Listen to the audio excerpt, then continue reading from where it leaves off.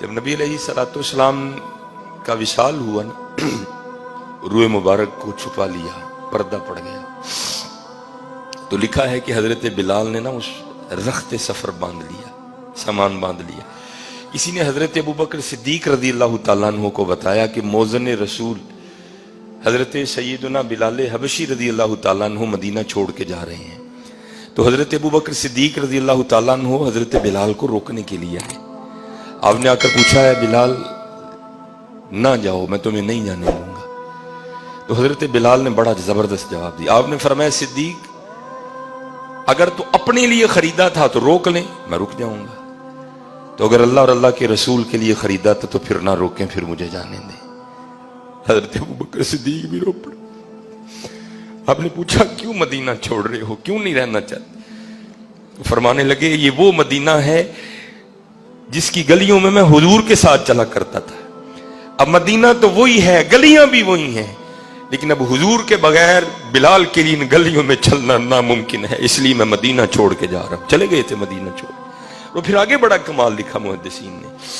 ساری زندگی پھر اس کے بعد حضرت بلال کو کبھی کسی نے سجا سورا نہیں دیکھا،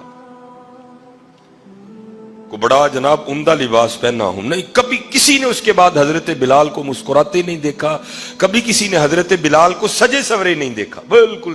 ہاں ایک دن آیا جس نے لوگوں نے دیکھا کہ حضرت بلال حبشی رضی اللہ تعالیٰ عنہ نے نیا لباس زیب تن کر رکھا ہے، جناب داڑھی مبارک میں تیل بھی لگا ہے، جناب خوشی کے آثار ہیں چہرے پر۔ لوگوں نے دیکھا ہی نہیں کبھی حضرت بلال کو اس رنگ میں، تو لوگ اکٹھے ہو کر آئے کہ پتہ نہیں آج کون سا خوشی کا موقع ہے کہ حضرت بلال کی خوشی چھپائی نہیں چھپتی، چہرے پر بھی خوشی آ چکی ہے، اتنے خوش ہیں حضرت بلال، آج دن کون سا ہے؟ تو سارے آ کر عرض کرتے ہیں اے موذن رسول علیہ الصلوۃ والسلام، آج کیا بات ہے، بڑے خوش دکھائی دے رہے ہیں۔ تو آپ نے فرمایا آج میری موت کا دن ہے۔ لوگ حیران رہ گئے، وہ اپنی موت سے بھی کوئی اتنا خوش ہوتا ہے؟ موت تو وہ ہے اگر بڑے بڑوں کو پتہ چل جائے تو لوگ اپنا حال چھوڑ بیٹھتے ہیں، یہ کیا رنگ ہے کہ حضرت بلال اتنے خوش؟ تو پوچھا ہے موذن رسول موت بھی کوئی اتنا خوش؟ آپ نے فرمایا کسی کا تو پتہ نہیں لیکن میں تو بڑا خوش ہوں۔ عرض کی حضور وجہ کیا ہے؟